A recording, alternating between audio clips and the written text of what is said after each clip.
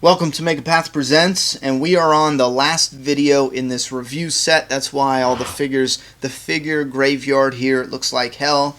We went ahead and reviewed just a different type of review. We looked at Rick Grimes, Michonne, Travis, Madison, and Daryl. We looked at them up close. We kind of breezed over some of the what they call articulation. We talked about some of the cuts and basically looked at the detail on each figure, because I do think there's enough detail here to warrant some praise. Now, overall, my thoughts and opinions on the color tops, because when I first picked up Rick and Michonne, I said the color tops will probably last 2 years at most, and they're going to have to do something drastic. And I still feel like that is in the works. Now, if they start putting in articulation, and I mean more articulation, and the line thrives or stays afloat, yes, that is something what I mean. They're going to have to do something, because I do not believe they can continue releasing figures like Rick and Michonne where they are just statues without running into some kind of problems as far as the consumers not wanting them. I'm in a collectors group, and we, just for shits, I don't even know how to start it, but some of us pay attention to how many figures are at the store when we go shopping. And for about 2 months straight now, I think one Travis was sold at the Target where I go shopping. I go there once a week to pick up stuff. One Travis and one Rick. There is still like 4 Ricks, 3 Travis, and I think there's 2 Michonnes. It's been that way for 2 months straight now. I haven't been there in about a week, so they probably added Madison and Daryl, but even at the Toys R Us, they are stocked. I've never seen so many of these figures. So either they're very confident that they can sell, or no one's buying the damn things, because they're either restocking them or no one's buying them, or, only people are buying one every now and then. Here's the pros and cons. The cons, obviously, it's the articulation right out of the bat. The pros, it's the detail, and that's the main con, is the articulation. The main pro is the detail. This looks like Daryl Dixon a lot. This is incredible. Same thing with Michonne, same thing with Rick. They do look like the characters. Another big flaw, though, the fan base is confused as shit. It's as if McFarlane Toys is unsure about what to exactly do. Do they do the 7-inch? Do they do the 10-inch? Because essentially, the 7-inch and 10-inch, it's the same thing. It's the same style figure. It's the statue, not the action figure. An action figure, I need Rick to hold up Daryl. I've talked about this before. This Daryl will not fucking stand. But hold him up, Rick. The 5-inch doesn't hold as great detail. The 7-inch holds wonderful detail, but the 7-inch has the same articulation, which is no articulation really, as the 10-inch. Now with this Daryl Dixon, you can see promising articulation, but it's there for no reason. You can't use this articulation. So a lot of fans look at this and say, why is it there? So you can put the crossbow in his hand, and that's it. He still only sits in this one pose. That's it. So right now, it's in the air. There's a lot of pros and cons between these figures, but there's a lot of potential. I see a ton of promise in these figures, and it starts with the detail. Now here's the thing. I bought Rick, a bunch of his pieces fell off. I had to super glue them. And they're really well made, painted, sculpted, everything. That fell off. I had to glue them both with super glue.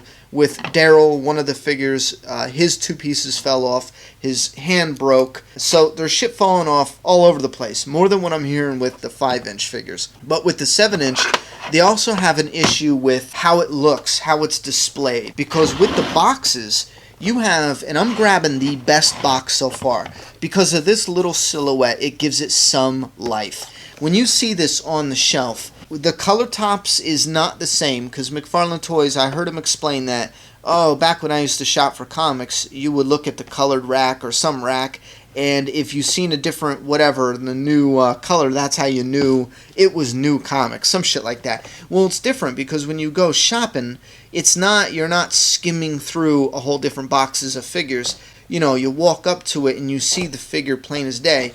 You see this first before you ever see the color. Every time I walk or turn the corner looking for figures, I see this first. Boom. It's doing nothing. It like disappears in the overall scheme of the packaging. And I just feel that way because maybe it's the red. Maybe it's the red that makes it disappear. But maybe later I'll be like, oh shit, okay, I came around the corner, I saw green, I saw blue. But they have some really smart ideas, like this sunroof here for the figures. For collectors, the light gets shined down here, and you can see the figures, so that's fantastic. For Daryl Dixon, the zombie was up top, so you could see the zombie head through there.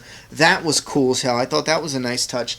But they're plain, they're boring. Like with The Walking Dead, this is dull. It's so dull, so boring. You see the picture of the character, and it looks so bland when it's on the shelf, when you're selling it. From here down, I love it. But if they can do something, just something with this, just something to make it pop, I think they would have a better presentation for the shelf when they're on the shelf. So that's my main complaint with the box. The back, there's nothing really you can do. I mean, you show the figure and that's fine. I think it would be nice to show all the figures that's in the set, all 8. However, because they're different franchises, maybe they don't want to do that. Because they're being released the way they are, maybe they don't want to. Maybe when they're printing Travis, they don't even know, or they don't have promo images for the figures that are like 7, and 8. I don't even know who that would be. I think that's like Assassin's Creed. So maybe they don't have those images. But it would be nice to have them down here so you can see what's in the set. I've talked about the numbering before. That's silly as shit. Nobody's going to be looking up. Maybe if you're a retailer or some shit like that. Nobody's going to be like, I need number 7. Because we're not collecting number 7. Because number 7 is from a franchise that we just don't care about. So the numbering system is a failure. However, they have the names on the other side. So that's awesome. You can stack them like this on your shelf. If you're a collector that... And this is some silly shit, but it's important to some different collectors that I've personally seen. Me personally, I think the box is boring. It's going in the closet. I'll put him on display outside of the box. I don't give a shit. If they want to make boring boxes, I'm not going to complain about it. I'm just relaying to you guys all the complaints that I'm personally hearing. Maybe someone works for McFarlane Toys and they can watch this and go, well, you know what? I'm hearing a lot of those same complaints. Let's see if we could tweak some things. Again, me personally, I think the boxes are dumb looking. I think the style, genius. Keep it. Love this. Love this. The style, great. The look, blah, boring. It's bland. Now the figures, when they come out, put them in the one pose. Boom, that's it. Done. It doesn't really motivate you as a fan to do much more with it. That's it. So you really kind of lose. I don't even know how to put it into words, but you lose something special, I feel. The fans that don't like this because of the articulation aren't just bitching because it's articulation. There's something special an articulated figure does. There's something special where a fan, a collector, and I've just recently noticed this because I'm not big into toys before this. Before The Walking Dead, I didn't even know they made cool shit, you know what I mean? Nor did I care. I didn't give a shit. But once I got into The Walking Dead, I just recently noticed this, and I've been collecting for like 2 or 3 years now. 3 or 4 years now. There's something special when you just take a break, and this is your hobby, and you're setting it up, you're designing it, and you're tweaking it. It's relaxing, it's calming, it's soothing. You get your collection, you build them, you anticipate new releases. You look forward to completing the collection. You know, your job is rough, it's stressful as hell. You want to take 10 minutes out, get a new figure, add it to the collection. Maybe you want to put someone else's rifle on them. Maybe you want to display Comic Rick with a victory stance holding Negan's bat. Maybe you want to do something silly shit like that. I did, and I think it's funny as hell, and I enjoy looking at it. So I put him on the shelf like that. You might not like it, but I do. But I can do this with Rick because he's articulated. I can't do that with this Rick. I can't do anything with this Rick because he's not articulated. I am forced to display it how McFarlane Toys wants me to display it because they only made it one way for a collector to display it. So there's that magic of collecting, of displaying it, that relaxation of doing it and setting it up and designing it how you want it to look. You lose that, essentially, by this style of figure, by this statue, because you can't do anything that's fun or different or unique. You can't mix it up a little bit. Just a little alteration, you know? I don't know. I hope I don't sound too dramatic. Again, this is just something that I'm recently noticing because I've been so busy and so stressed out lately. And I just remember taking a break, rearranging some things on the shelf and being like, man, that 10 minutes, holy shit, that was, my mind was blank. I was just relaxing because I was so focused on, you know, tweaking the hand a little bit. Wasn't really thinking about anything stressful. I thought creatively my brain was in a different space. I'm like, okay, let's put this here. Let's do this. I called my daughter in. I said, hey, Joliet, what do you think about him holding Negan's bat? Do you like it? Do you love it? I love it. You love it? Okay, good, great. And then I got this other guy holding a chain. We do some silly shit too with me and my daughter. We'll do some silly shit in the background and see if anyone notices. No one's noticed so far anything silly we've added for one video or something. No one's ever noticed or said anything. I haven't seen any comments. But there's something magical with a collector. There's that relaxation, that peace, that meditation as a collector. There's something there that you miss with this figure that you used to get with this style figure. So the comic figures still have this style figure, this 5-inch articulated, very well done. I think the comic figures are amazing. Negan is one of the best comic figures they have, which it's tough now because they have so many damn good ones. Is that I think the sunlight is bleeding his colors out, but ooh, spoiler warning, spoiler. I don't know. That's a heart that actually came with Penny. I just jammed it in there. Anyway, yeah, you could do some silly shit. It's fun. That's pretty much my, you know, all random thoughts and opinions about the Color Top series.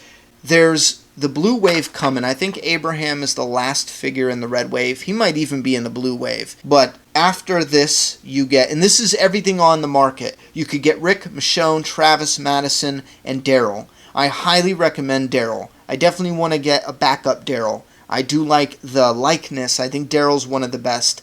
Daryl, Michonne, Rick. Top 3 for likeness. And what's next is the blue wave. And in the blue wave, you're going to have Carl and Jesus coming first, I believe. I'm looking forward to them. I'm looking forward to Carl the most because of the Guts poncho. Abe, I don't understand the rocket launcher. I don't understand the Navy vest he's got on. I don't get it. I would have preferred a military looking like Abe with his coat, with his little beanie on. I would have preferred that. Like when they stormed into the Savior's compound, I would have taken that. Maybe hunched over with the machine gun, aiming the... You get what I'm saying? Like some epic shit like that. And stay tuned because they definitely have to be working on a Negan. If they're not working on a Negan currently for the 7-inch line, they definitely lost their damn minds.